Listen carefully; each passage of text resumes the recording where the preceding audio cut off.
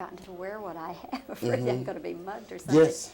And he said, I said, do you ever think about that? And he says, Yes. they're not going to bother me. Anybody. No, he probably took his from me. Yeah, in other words, he should have Yes, said he's to the me, how one do you you gotta think I watch out got for. this? He got all he wants. Everybody can relax now, probably. But I said, well, if I were as big as you and as tough as you, you know, with your track record, they probably wouldn't bother me either.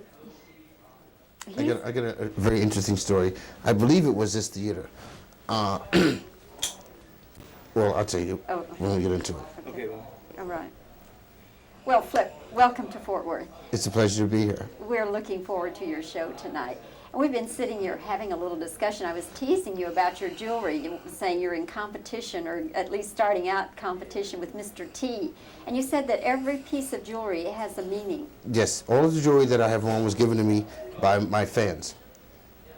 This ring here, this Siemens cross, was given to me at an affair in Central Park where I went to. The affair was to pay tribute to Rocky Oki, a Japanese friend of mine. You familiar with Rocky Oki? Indeed I am. Yes, well, he's my very dear friend. And I had gone to the affair there, and he was giving him the Brené Brith Man of the Year award, and he asked me to come up and stand beside him while he accepted the award. And then he asked me to speak, and I said to the audience, I said, ladies and gentlemen, this exemplifies to me what America stands for, this affair, where here's a black man who flies 3,000 miles into a blizzard to attend a Jewish affair where the MC is an Irishman to pay tribute to a Japanese. And the audience came to their feet and with just thunderous ovation. And this ring had this setting there, had been a stick pin on a guy's lapel that I had admired on my way to my seat. And the guy had said to me, would you kindly let go of my lapel? He said, I want to get to my seat. So then after I had made these statements and the audience was applauding like this, the guy came out of the audience and walked over and said, you like this here? And just stuck it right on my face. And the ring was given to me as a Christmas gift from the Hotel Sahara, and fortunately the setting from the stick pin set on the ring perfectly, and that became a ring. I have another ring that was given to me. The initials are LH, and it belonged to a Scandinavian gentleman, and his wife told me that he had died laughing at me. And the ring had been sitting in the safe deposit box in Chicago for 7 years, and that she thought that nothing would please him more than for me to have that ring. So she sent me that ring, and the initials were LH, and I call it Laughed Hardest.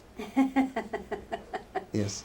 That's got to make you feel wonderful to know that fans are so adoring and so loving. And that's why I stopped wearing my personal jewelry, because I felt that, well, I started buying jewelry in the first place because I always wanted to have a piece of jewelry as an ace in the hole, so that no matter where I were, if I always felt like maybe I'll get broke again, and I wanted, no matter where I was in the world, to have a piece of jewelry that I could lay down and say, give me a sandwich, or give me a ticket back to America, you know. So that was my first reason for acquiring jewelry. But then after that, I felt like maybe it might have been a little ego tripping, and I didn't want that. I was a little more secure. I knew I could get back to America and back to where I was again if I wanted to.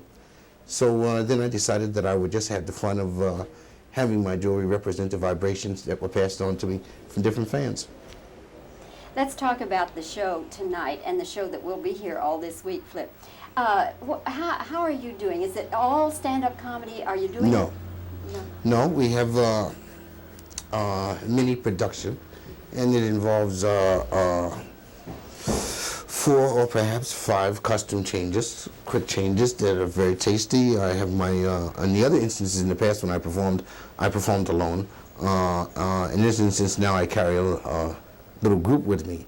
My makeup, my wardrobe, my musical conductor, and my gentleman who handles the overall production, the lighting and coordination of everything. Are some of the characters some of the old favorites that we know and love? Would you repeat that? Okay. For instance, will Geraldine be in the show? Yes, Geraldine will be present this evening. I've been having a problem with Geraldine. It's in relation to the ERA thing. And it's even become worse since Tootsie, because Geraldine felt that I was exploiting her, and she also felt that Dustin Hoffman exploited Tootsie, in that Tootsie was the star of the movie, and yet Dustin received the nomination. And Geraldine feels like she's the star of my show, and she resents the fact that no checks have been ever been made out to Geraldine, and she's constantly telling me that she's carried me longer than my mother did. You know, and I try to explain to her that she's just a pigment of my imagination, but we just can't get any harmony in there. I started out as Geraldine just being one of my characters, and now it's reached a point where I am Geraldine's opening act. Really. And then with this recent mini hit she might have going, there is a possibility that Geraldine might consider leaving me altogether and going out on the road on her own. Wow. Yes, it's really something to think about. Yeah. Could I tell you about an incident that I believe took place here in this theater, or it was either here or the theater in Houston, but it was very close to this area.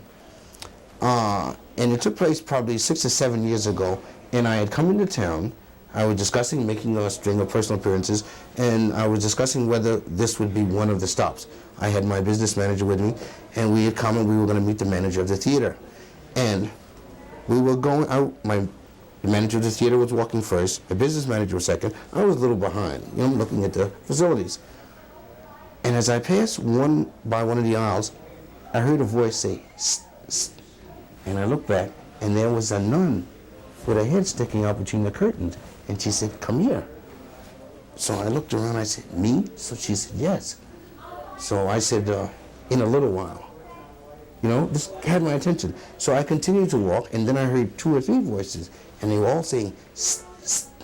So I turned around and looked, and there's 3 nuns. And they're looking out for the curtain, and they said, "Come here." So I said, "Me?" They said, "Yes." So I turned around, and I went back, and I said, "What is it?"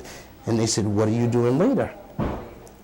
So I said, "What do you mean?" They said, "Can we get together later? Maybe later on, if you're not doing anything, we could get together." So I said, "Well, I got to go talk with the manager now, and after I've been in just talking with the manager, I'll come back and we'll discuss it." So I go into the manager's office, and I said to the manager, I said, "Sir, something very unusual just happened." So he said, "What is it?" I said, 3 nuns just hit on me." So he said, "What are you talking about?" I said, "I was coming down the aisle, and 3 nuns stuck their head through the curtain and said, 'Sst, sst, come here.' And they wanted to see if they could see me later on." And the guy said, "Those weren't nuns, those are chorus girls. We're rehearsing Sound of Music." Isn't that outrageous? Isn't that stupid to even think that? But it's one of the most unusual things that ever happened. I would say, I should have realized I'm in a theater and the head is coming through the curtain. That never crossed my mind. Nonsense. I love it. Oh boy. So, Flip, anything else now that you'd like to talk about as far as the show, or what you're going to do in the future, or? Well, I will say this, that I have a meeting scheduled with NBC regarding 2 concepts for possible series for NBC. I was supposed to have engaged in discussions regarding those series a few weeks ago, but it was at that time that I was flying the balloon and my wife had the accident in the balloon. And that has delayed my getting back to LA. In fact, after this engagement, I have 5-day period open, and I will rush back. First, I will go to Omaha to spend some time with my wife in the hospital, a couple of days, and then I will go rush back to LA, have a couple of meetings, and then go on to my next engagement.